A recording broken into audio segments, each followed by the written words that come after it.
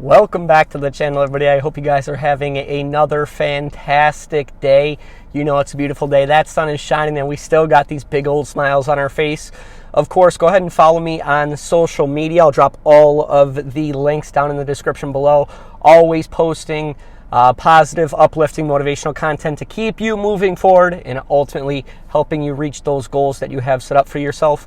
And we're actually going to be switching gears today, and we're going to be talking about is that monolith in Utah. Is it alien? Is it an art project? What exactly is it? So let's go ahead and get into it. So if you haven't heard the story about the Utah monolith that came pretty much out of nowhere that nobody had found before, here's a picture of it right here. So this monolith was found when there was an expedition to count sheeps in that area. So Utah sent a team of experts to go comb the area and count the number of sheep in that area just to see how the population was doing. And what they stumbled on was this monolith. And they're not really sure where it came from, how long it's been there, or even how it would get there.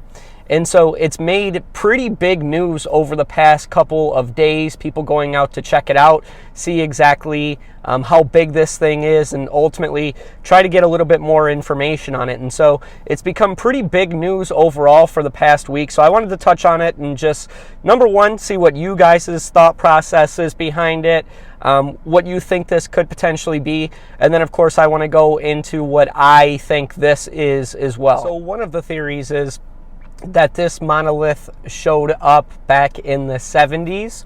The story goes, and I haven't done any sort of research on this, feel free to do research if you'd like, but the story goes that this artist in the 70s laid out pieces of his art all throughout Utah for people to find.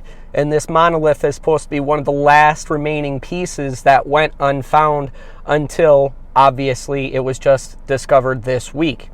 So again, I haven't done too much research on this theory, but I am going to give my opinion on it. I believe that this is inaccurate. I don't think that this came from the artist back in the 70s. And the reason why I say that is because if you look at the Google Maps from October of 2015, the Google Earth map, the monolith does not show up on this map.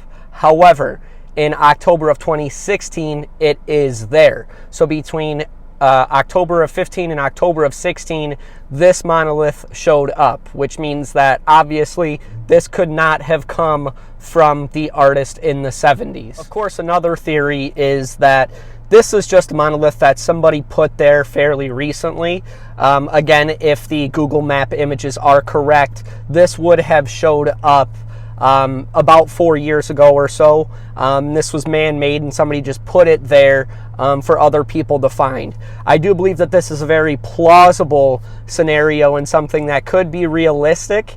However, looking at how far these people would have had to take this monolith, it makes it a little bit more tricky to imagine how they could have gotten it there. I'm not saying it's an impossible feat to get it there, but if you look at the trek that they would have had to make mixed with how big this monolith actually is and how heavy it is, it would have taken some serious equipment to get it there, and the road to get there is not very easy at all. So if this was put there by humans, they had quite the trek ahead of them on top of that engineering feat of building the whole monolith itself. So definitely a more plausible theory than the artist in the 70s. But again, it's anybody's guess if somebody put this there or not. And if they did, why did they put it there? Because something that's interesting is people are going to visit it, and what they're noticing is that the north side of the monolith is pointing true north.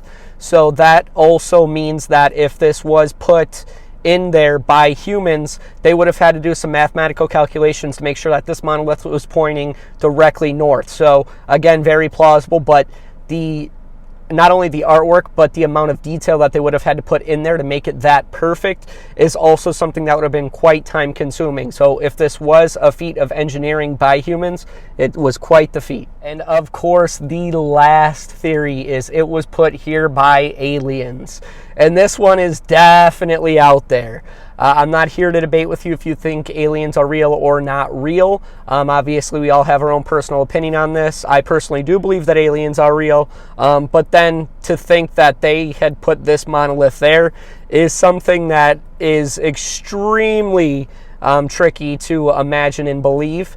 And the reason why is because it's not an impossible thing to assume that if there were aliens that they would have put this there, but it would have had to been put there fairly recently.